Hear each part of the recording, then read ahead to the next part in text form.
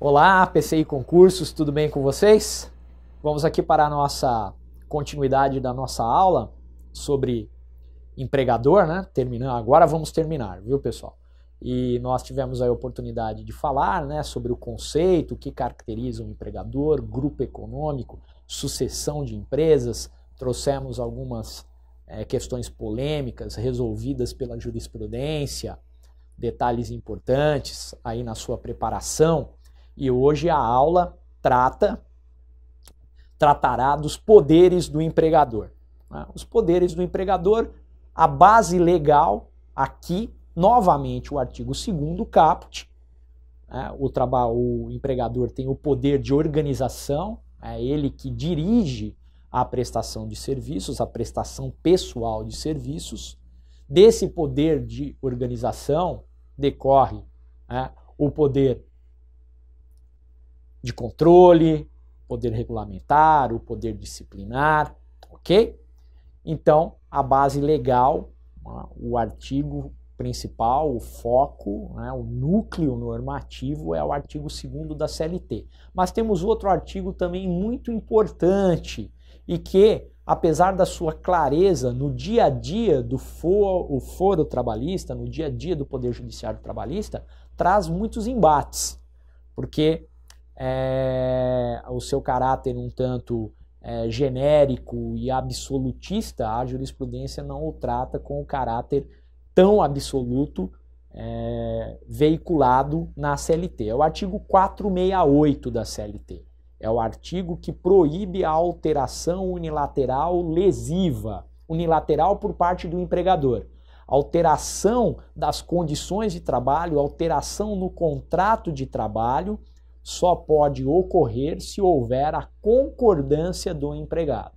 Caso contrário, se essa alteração for unilateral, de iniciativa do empregador, e prejudicar o empregado, ela será tida como nula.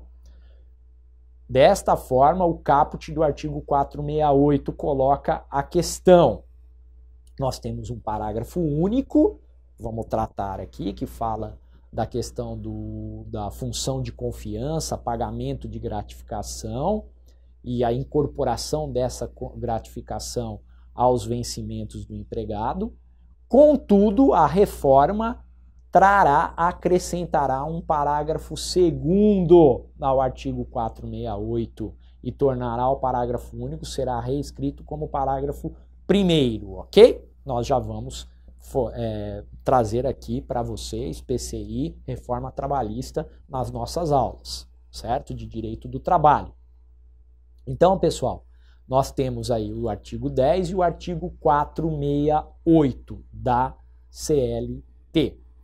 Falando em poderes do empregador, em poder de organização, desse poder de organização da prestação de serviços decorre o poder regulamentar.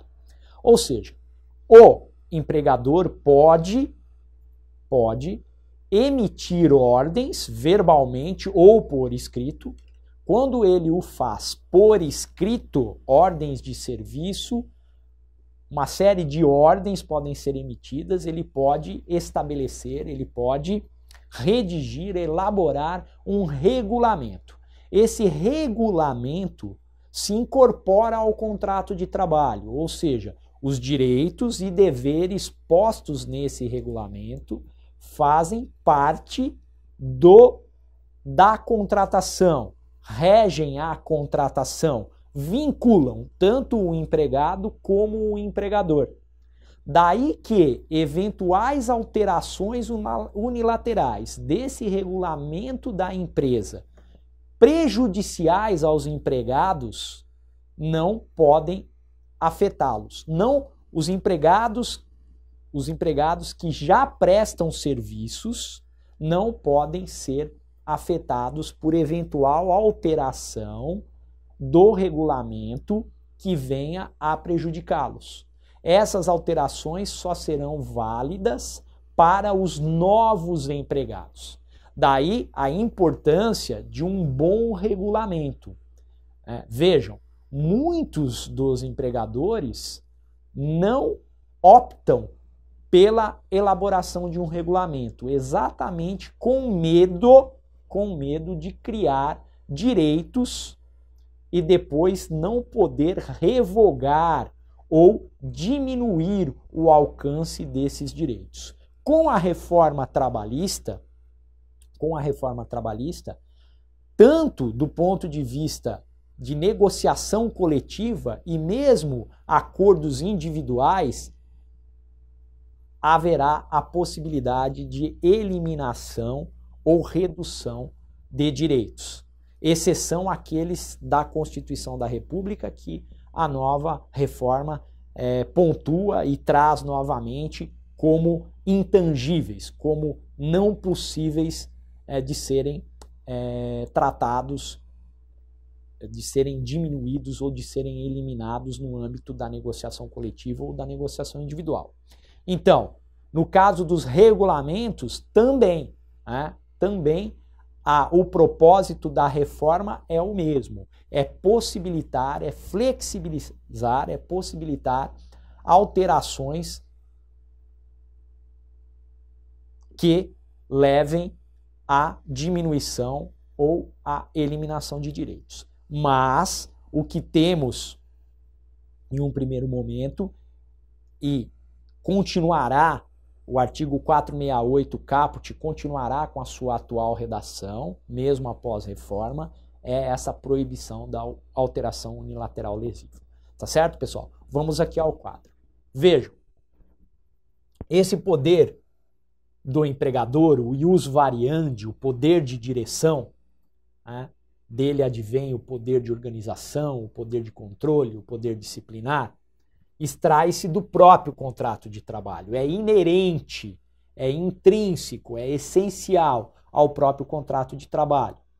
Então veja, é uma projeção de natureza contratual que tem uma base legal posta e muito sólida, o artigo 2º da CLT, ok? Mas veja, da essência do contrato de trabalho, essa sujeição, esse poder de direção, sob o aspecto sujeição aqui eu coloco sob o prisma objetivo. Esse poder é absoluto? Obviamente que não, né, pessoal? No direito nós sabemos que nenhuma regra, mesmo princípio, tem um caráter absoluto. O que nós temos são limites estabelecidos pelo próprio texto constitucional. Veja, o empregado ele pode resistir a ordens ilegais, a ordens alheias ao contrato de trabalho, que não guardam qualquer relação com os termos iniciais de contratação, com as bases contratuais estabelecidas quando da contratação do empregado, e resistir também a ordens, a situações absolutamente desarrazoadas, ok? Desarrazoadas, absurdas, e vejam, o dia a dia do Poder Judiciário Trabalhista é rico em situações inimagináveis, né, pessoal? Coisas de arrancar os cabelos. Eu trouxe aqui um exemplo, que é um exemplo recorrente, uma questão que sempre está na jurisprudência, que é a restrição ao uso do banheiro. Pode restringir o uso do banheiro? O que pensa a jurisprudência sobre isso? Não. Veja, necessidades fisiológicas não podem ser tolhidas, não podem ser obstaculizadas, impedidas.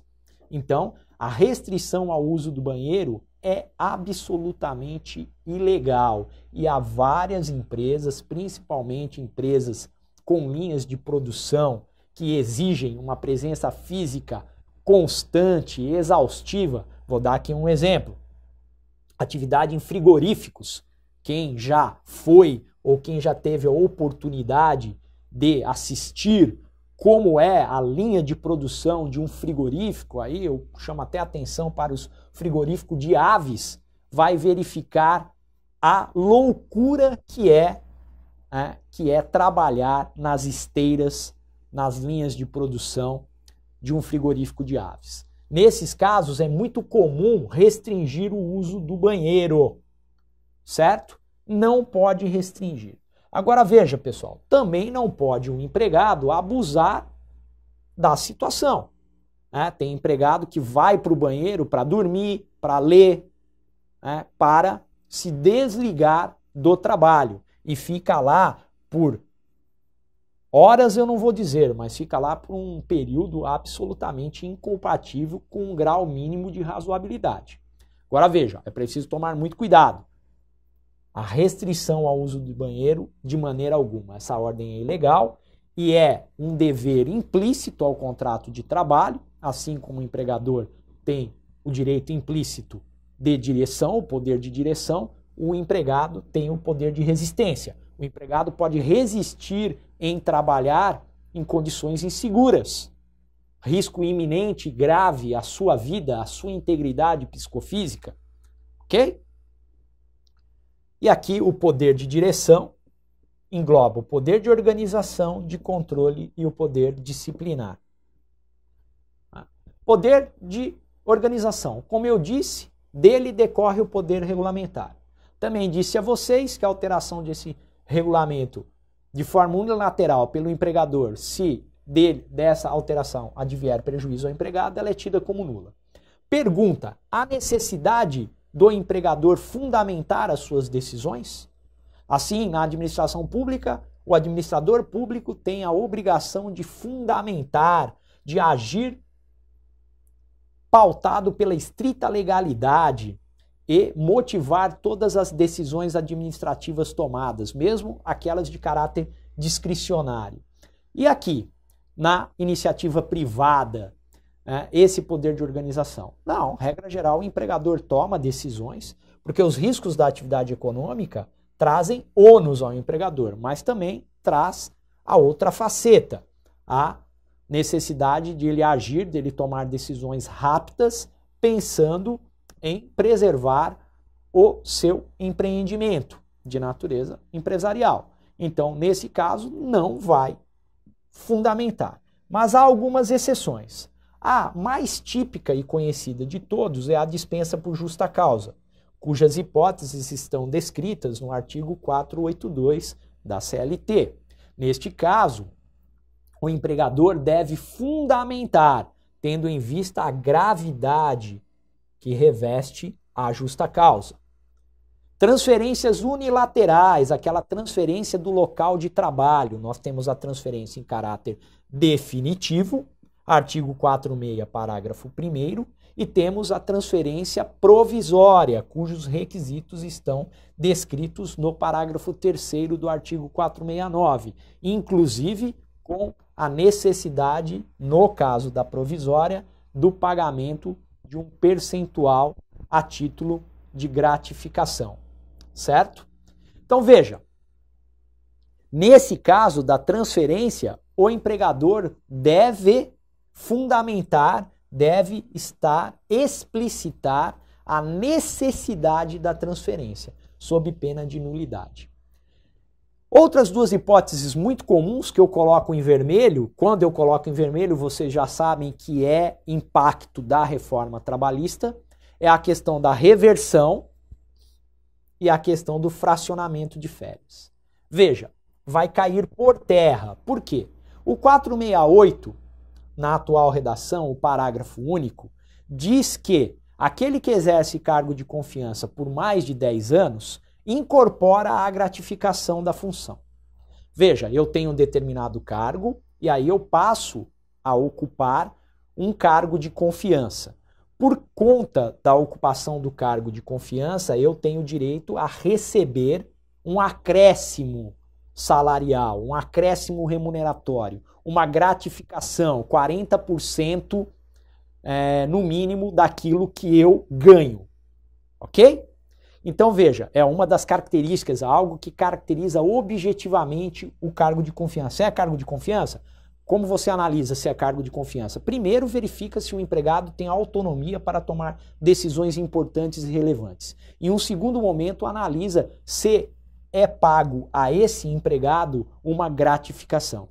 Essa gratificação de função, ela incorpora-se à remuneração depois de 10 anos. Se depois de 10 anos o empregador decidir pelo retorno ao meu cargo de origem, ou seja, ele me retira do cargo de confiança, a gratificação resta incorporada. É isso que diz a atual súmula 372 do TST. Contudo, a reforma acrescenta ao artigo 468 um parágrafo 2º. E esse parágrafo 2º diz que, independentemente do tempo no cargo de confiança, não haverá incorporação da gratificação. Ou seja, a súmula 372 do TST ficará sem efeito. Provavelmente, ou o TST aponta alguma inconstitucionalidade, o que eu acho difícil aqui, ou ele simplesmente cancelará a súmula número 372 do TST. Ok, pessoal? E o fracionamento de férias? No momento, o 134, né, parágrafo, agora o parágrafo único do artigo 134 vai dizer que podem ser fracionadas as férias em caráter excepcional. Com a reforma, será possível fracionar as férias em até 3 períodos. Atualmente você pode fracionar em 2 períodos em caráter excepcional e, com a reforma, se o empregado concordar, poderá haver o fracionamento das férias em 3 períodos, sendo que um dos períodos terá que ter no mínimo 14 dias e os outros 2 pelo menos 5 dias. Certo, pessoal? Então, aqui são 2 exemplos que caem por terra, né, por conta da reforma trabalhista, nesta ideia no sentido de necessidade de fundamentação da decisão tomada pelo empregador. Regra geral, ele não precisa fundamentar. Poder de controle é a fiscalização das tarefas executadas pelos empregados. Qual a finalidade? Proteção do patrimônio do empregador. Patrimônio tanto material quanto imaterial. Aqui eu trago uma questão interessante que se insere neste debate no poder de controle.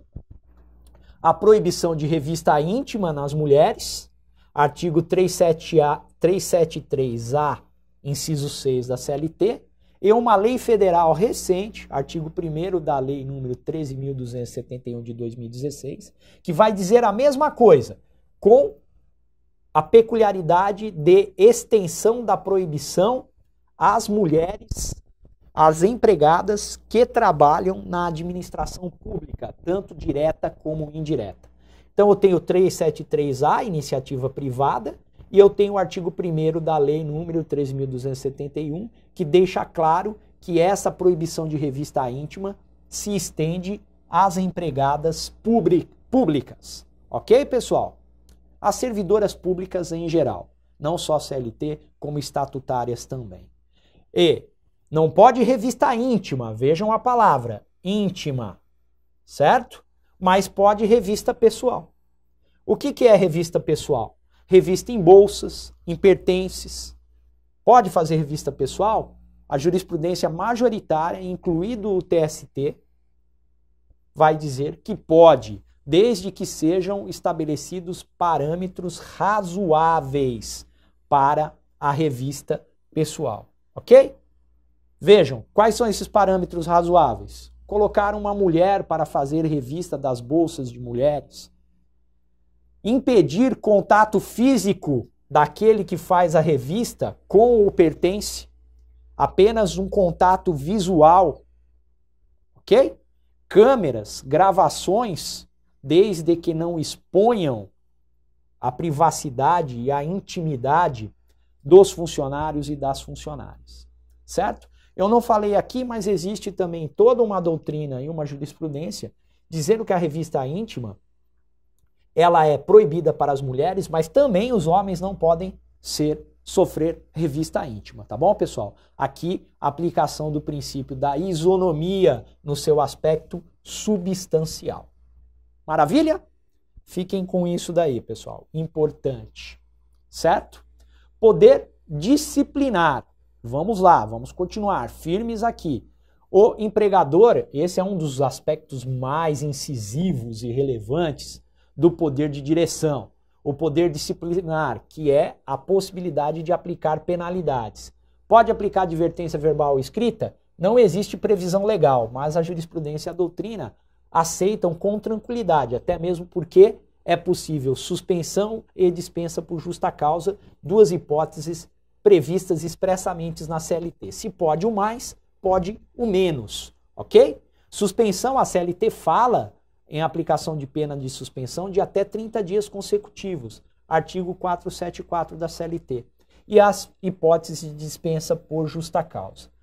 Nós vamos ter a oportunidade de falar da dispensa por justa causa, mas vejam, pessoal, o que temos que ter nesse momento? Qualquer penalidade, como eu disse, temos que ter uma fundamentação, ok? Para que não fique caracterizado o abuso do direito empregatício, certo? Então é importante que essa penalidade, embora não haja necessidade de um processo, de um procedimento formal, alguns instrumentos negociais coletivos, acordos e convenções coletivas tomam o cuidado de estabelecer um procedimento para que haja aplicação de penalidades, e isso é salutar, é importante, né? Não há obrigatoriedade do procedimento. Mas é importante que o empregador tenha provas, que ele fundamente, que ele se paute pela proporcionalidade, pela razoabilidade na aplicação da penalidade e que essa penalidade se dê em um prazo razoável, ou seja, o prazo entre a infração e a aplicação da penalidade não pode ser demasiadamente estendido, sob pena de caracterização de um perdão tácito, tá bom, pessoal? Isso em justa causa é muito importante, nós vamos ter a oportunidade de rever essa questão. Não se mostra possível aplicar pena de multa ao empregado. Na legislação antiga sobre atletas profissionais da década de 70, existiu uma previsão de aplicação de multa ao empregado faltoso. Com a Lei Pelé, e mais recentemente a Lei Pelé foi modificada, essa possibilidade não existe mais. Então hoje no ordenamento jurídico brasileiro não há hipóteses legais permissivas de aplicação de pena de multa ao empregado. Descontos salariais. Vejam, descontos com caráter tipicamente punitivo, penalidade. Ok, pessoal? Também não podemos penalizar o empregado com redução salarial, com transferência compulsória do empregado, transferência do local de trabalho e não rebaixar ao cargo. Rebaixamento é diferente de reversão. Reversão é tirar o empregado do cargo de confiança e fazê-lo retornar ao cargo de origem. Rebaixamento é simplesmente você pegar um engenheiro e colocá-lo para executar serviços de limpeza. Isso seria um rebaixamento do cargo e isso é proibido pelo atual ordenamento jurídico. Então, pessoal, vimos aí os três vértices, né? Vamos imaginar uma pirâmide, os três vértices do poder de direção. Falamos do poder de organização, de controle e o poder disciplinar, trouxemos características e peculiaridades envolvendo, né? E são bastantes, eu acho que foi possível aí essa compreensão da matéria, ok? Sempre as bancas perguntam e questionam. E para terminar a nossa aula, eu só vou trazer sobre empregador algumas questões envolvendo o regime jurídico diferenciado das pequenas empresas, das microempresas e empresas de pequeno porte. Lei Complementar número 123 de 2006, que é o Estatuto da Microempresa e da Empresa de Pequeno Porte, em cumprimento a uma disposição constitucional, lá do artigo 170, o inciso, agora me falhou o inciso, mas isso é o menos importante, inciso 6 do 170, determina um tratamento diferenciado, desburocratizado, facilidades para as empresas, as microempresas e as pequenas empresas, as empresas de pequeno porte. Nada mais justo, pessoal, nada mais justo porque no Brasil são essas pequenas empresas e microempresas que respondem pelo um percentual altíssimo de empregos formais no nosso país, ok? São empresas que merecem um tratamento jurídico diferenciado. A lei complementar não é uma lei tão antiga, uma lei recente, ela traz uma série de disposições, de regras que atenuam, que trazem facilidades, que procuram concretizar a regra constitucional, o princípio, melhor dizendo, constitucional, a finalidade estabelecida pelo texto constitucional. O princípio sempre traz uma finalidade, como nós estudamos aqui, no início das nossas aulas de Direito do Trabalho. Então, veja, o Estatuto da Microempresa tem algumas questões interessantes. Por favor, vamos ao quadro, que é a melhor maneira de visualizar e memorizar. Ok? Na questão de saúde e segurança e medicina do trabalho, existe uma série de obrigações postas em normas regulamentadoras do Ministério do Trabalho e não é fácil cumpri-las. Então, o artigo 50 da Lei Complementar vai permitir que essas microempresas e empresas de pequeno porte formem consórcios para cumprir as regras, as obrigações de segurança e medicina do trabalho. Tá bom, pessoal? O artigo 51 dispensa as empresas referidas de uma série de obrigações trabalhistas de caráter formal, não só de caráter formal, obrigações trabalhistas em geral, ok? Então, não precisa fixar quadro de trabalho nas dependências, não precisa anotar férias nos livros ou fichas de registro. É obrigatória a ficha de registro de empregados, mas não a anotação das férias, ok? Aqui, importantíssimo, essas empresas estão dispensadas da contratação de aprendizes. Lembra que a gente já falou de aprendizagem aqui? Muito importante. Não há necessidade do livro intitulado Inspeção do Trabalho. Se você vai em qualquer empresa, os auditores fiscais do trabalho e os membros do Ministério Público do Trabalho, muitas vezes, requisitam cópias do livro de inspeção do trabalho, porque todas as visitas, todas as inspeções estão registradas no livro e os autos de infração, porventura lavrados, são afixados nesse livro de inspeção. As empresas de pequeno porte, as microempresas, estão dispensadas. Podem facultativamente ter o livro? Podem, mas não é obrigatório. Certo? Férias coletivas, As empresas são obrigadas a comunicar ao Ministério do Trabalho a concessão de férias coletivas. No caso das micro e das pequenas, não há necessidade. Artigo 54, nas nossas aulas de Direito Processual do Trabalho, eu estou devendo para vocês uma atualização, para falar da reforma trabalhista, que teve bastante coisa, menos do que na parte de direito material, mas alterações profundas e importantes. Teremos essa aula oportunamente.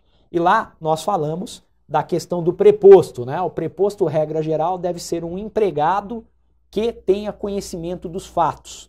No caso aqui, pode ser qualquer pessoa, não há necessidade que seja um empregado, desde que ele conheça os fatos. Ok? Então, importante, súmula número 377 do TST. Ok? Então aqui nós estudamos lá em processo do trabalho, pessoal?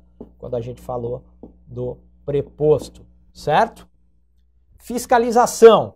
As empresas de pequeno porte e as microempresas são submetidas ao critério de dupla visita.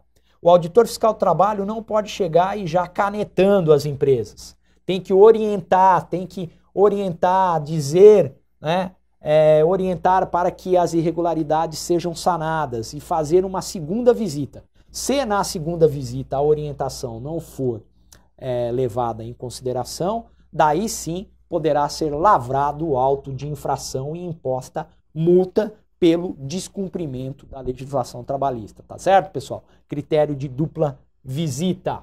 Outros benefícios que a lei traz: as empresas de pequeno porte, as microempresas, estão isentas da contribuição sindical patronal, é aquela contribuição que a empresa deve ao sindicato econômico, certo?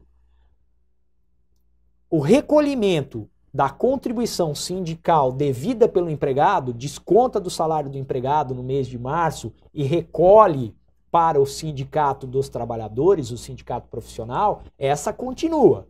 O que está isento é da contribuição sindical patronal. Inclusive, isso foi objeto de uma ação direta de inconstitucionalidade no STF. O STF entendeu que o artigo 13, parágrafo 3º, é constitucional, ok?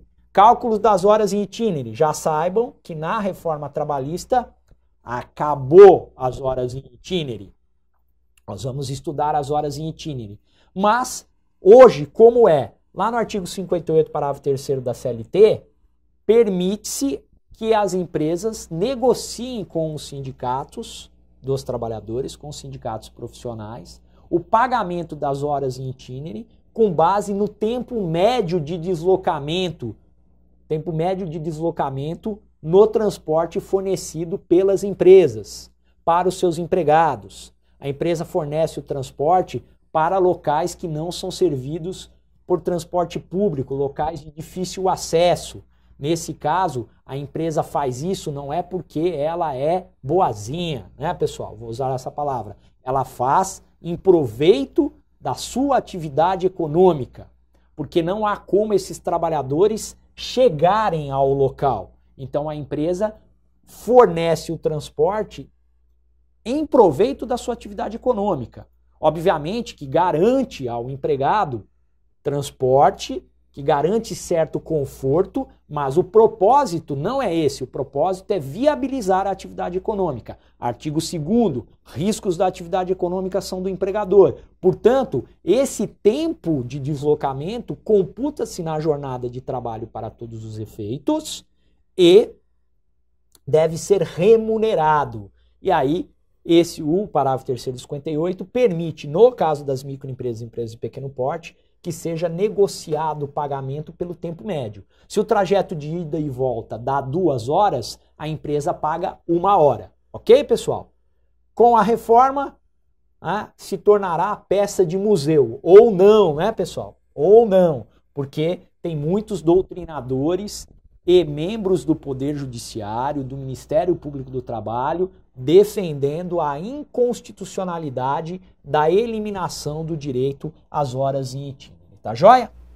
Meus caros, terminamos aqui empregador, ok? Vamos continuar com as nossas aulas, vamos falar aí do trabalho adolescente e do trabalho da mulher, depois aí temos falar a jornada, remuneração, que bastante extenso, tem muita coisa, mas nós temos aí mais metade do caminho já praticamente foi trilhada, 40% pelo menos, e nós vamos aí dar continuidade às nossas aulas. Espero continuar contando com vocês. Muito obrigado, PCI Concursos. Até mais, pessoal.